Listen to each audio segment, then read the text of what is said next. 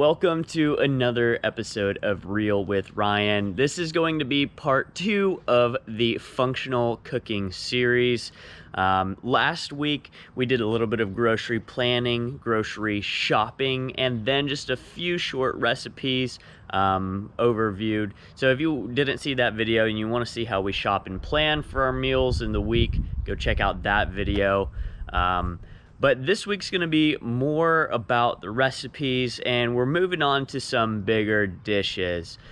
So we've got a stir fry, a big healthy stir fry that we're going to make. And I'll try to outline that recipe pretty well for you. You've never done it before, so hopefully it'll be good.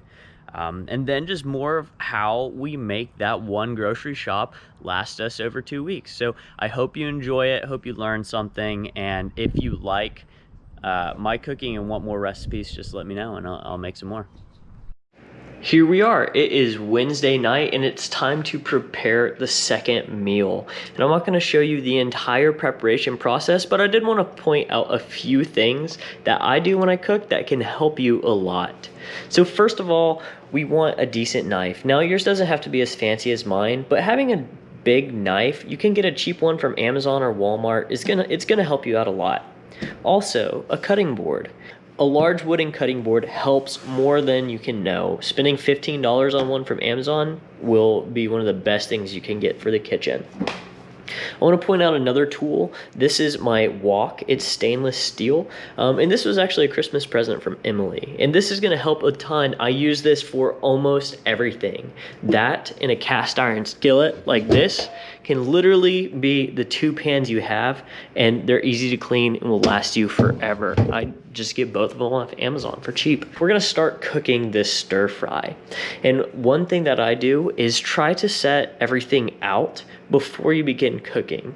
Getting a little bit organized beforehand by setting out all of your ingredients and cleaning your workspace will help you stay organized, help you stay less stressed out, get the meal prepared quicker, and generally just help it make you make a tasty meal. Here is what I'm gonna make. I'm gonna make a stir fry with beef, I guess pork and veggies.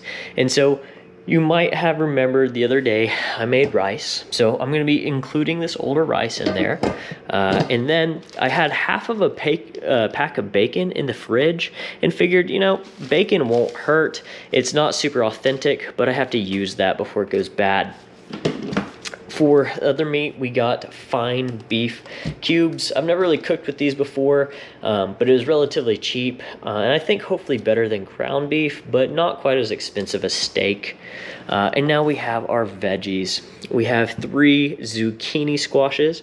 These are excellent. And we have 2 just summer squashes, a yellow onion, some garlic, and a jalapeno. And then we have some carrots. I'm not going to use all of those, going to use some. And that's really going to be it. So that's going to be veggies, protein, and carbs mixed in there. So relatively well balanced for my triathlon meals, but will be super tasty. One thing I like about the wok, cooking stir fries and generally Eastern cuisine. Now I will say my Eastern cuisine isn't authentic, but it uses relatively few and simple ingredients, lots of sauces. So while I cook this, the big thing I'm going to be using is soy sauce. Inexpensive. You can use soy sauce for everything. You need to have some if you don't. Then I use rice vinegar, and I have this for my Eastern cooking, but regular vinegar will work. I'll add some sesame oil, and this definitely is gonna take it up a notch. But if you don't want a full bottle like this, I think they sell small ones that can work just the same. But if you don't have it, don't worry about it. And last but not least, I will use some teriyaki sauce. This can thicken and sweeten up a little bit. I don't use a ton of it, but just a touch if I feel like it needs it. And then you really don't need any crazy spices. Salt and pepper are going to be it for this dish. So I'm going to start by cutting and preparing my vegetables, and then I'll be throwing everything into the wok and try to document that process. One more quick thing I forgot to mention, this bowl is going to be my scrap bowl. You can see it's pretty dirty. Emily and I have a composter, so all the loose scraps from these veggies are going to go in this, and we're going to compost them. Help save the world.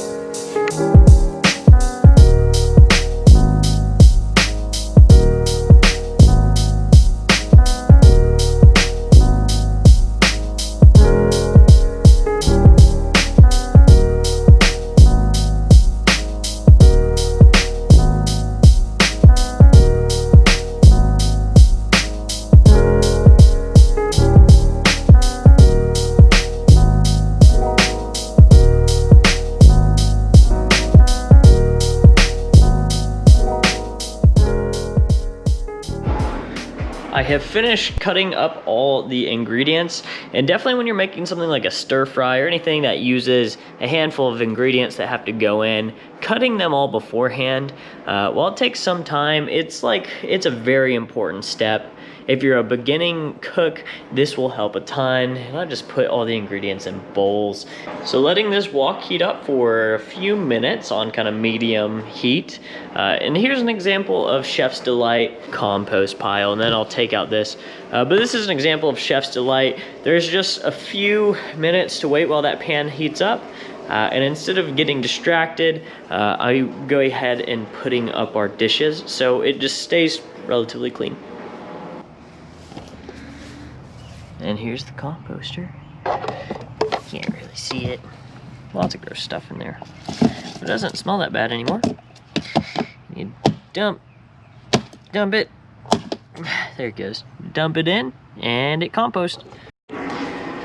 Now that the pan has been heating up a little bit, I'm gonna add just probably a tablespoon and a half of butter, and probably around a tablespoon. Oh, I didn't need to do this actually.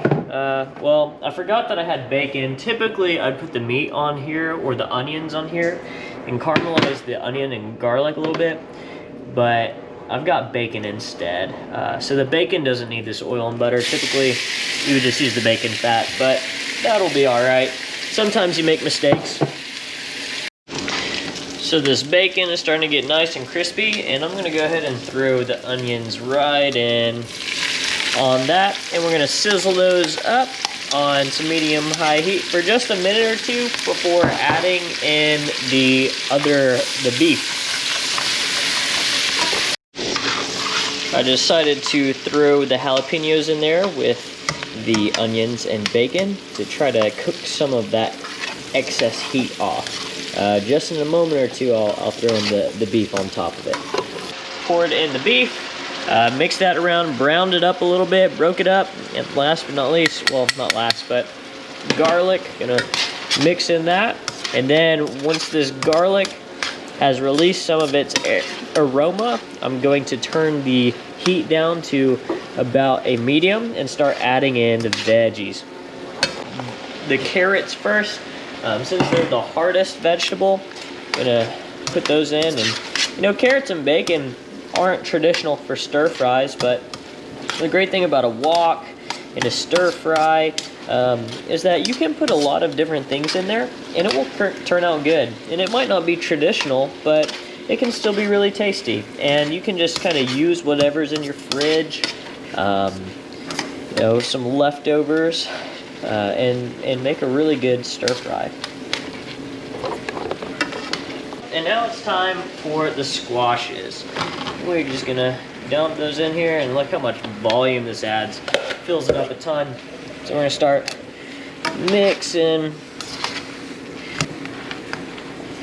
All right, now that this has been mixed in a little bit better, we're gonna add some sauces. I'm gonna start with some vinegar. This is rice vinegar, but you can use any vinegar. Not a ton, but a little splash. Soy sauce. This one's really important. This is gonna give that beautiful color and a lot of flavor. And I like a good amount of soy sauce in there. You can always add more, but you can't take it away.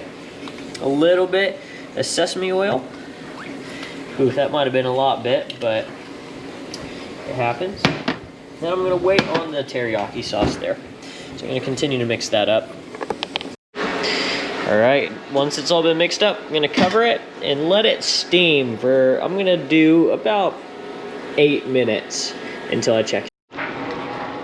So it's been about 5 to 8 minutes, and I'm coming back and checking on it.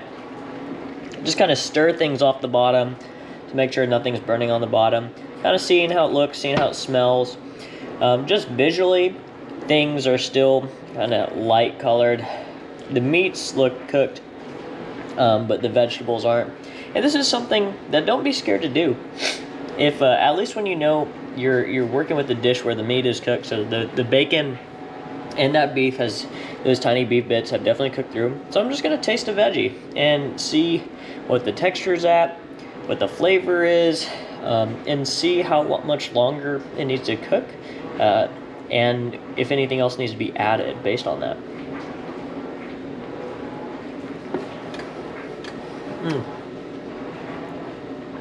So yeah, I mean, it's pretty good. Definitely needs to cook longer. It feels like it's missing some heat and a little bit of like sweetness. So we got the sweetness in the teriyaki. I'm going to grab cayenne pepper and regular black pepper to add that heat. It's been another kind of 5 to 8 minutes, and I tasted again. The veggies are starting to get softer to where I like them. They got a few more minutes left, but pretty good. It felt like it needed a bit more, so I added some more salt and pepper. And you can just leave this dish kind of how it is now. But since I made some rice the other day, I'm gonna add some of that to it. Stir-fried rice. Add the whole shebang in there. Now I gotta break it up. Okay, look at this. It's mixed up much better now. This rice is broken up. It's got some color. It's kind of soaked in some of the juices in the sauce. And now it's looking like a beautiful fried rice dish. I'm gonna cover it up one more time. Looky here. This is the Stir-Fry Fit for a Triathlete training program. Gonna add some sesame seeds in here right at the end. Turn off the heat. Give all this one final mix in, and that will be it. And this is a relatively healthy and easy meal. And as you can see, this is either gonna feed 8 people at once or feed one person 8 times. So the perfect type of meal for me. Leftovers are gonna be better than even this is as it's fresh. Oh, but one last thing before I dive into this delicious stir fry. Let's take a look at what Chef's Delight and Cleaning As You Go do. So this is the wok with all the food in it. Here's a clean bowl. The thing I'll use to disperse into the bowl. And then if you look at the sink or all around, all the dishes are already done because I was doing them as I went. Meaning that there's nothing left to clean up. I can just enjoy this meal. And then we're even going to let this sit out until it all cools down. And we're gonna slide just this whole wok into the fridge and store it in here. It is Thursday night. I want to do a quick update. So we made this stir fry last night, and I had it for dinner last night, lunch today, and having it for dinner again. Now this stir fry is really good. It actually tastes better the second day. But one thing that me and Emily do is we eat our leftovers, and she's going for it now. But what lots of people will say to me is that like, oh, I don't like leftovers. Leftovers just aren't as good the next day. And it's true. Sometimes they aren't as good the next day. Sometimes they aren't as good if you eat them multiple times. But what we can do is spice things up a bit. I mean, and it's pretty simple. If you take this stir fry, which is already good, heat it up, add a little bit of cheese, maybe some Frank's Red Hot. That will be a completely new tasting and delicious dish. You can also get extra crazy. Throw it in a burrito, wrap it up, fry some eggs with it. Add salt, pepper, add different types of sauces. Just play with your leftovers and you can kind of renovate them into new tasty things. I just got back from a triathlon workout, and while I was gone, Emily had made French toast. So this is our Saturday morning Becky. French toast. Thanks, Em. French toast. Thanks for checking out episode number 2 of our functional cooking series. I hope you took away some good tips about keeping a clean kitchen, about the tools you need to cook, and how it's not that scary. You just have to try it, and I hope you do. So next episode, I plan to have another recipe. It's gonna be my fried chicken recipe and a few more just tips and tricks of how we make that single grocery shop last us 2 weeks. If you like this episode, check out the first one, or just look forward to seeing the next one. To see that, simply hit subscribe click that little bell, and let me know if you want to see more content like this. But thank you for watching it, and thank you for keeping it real with Ryan.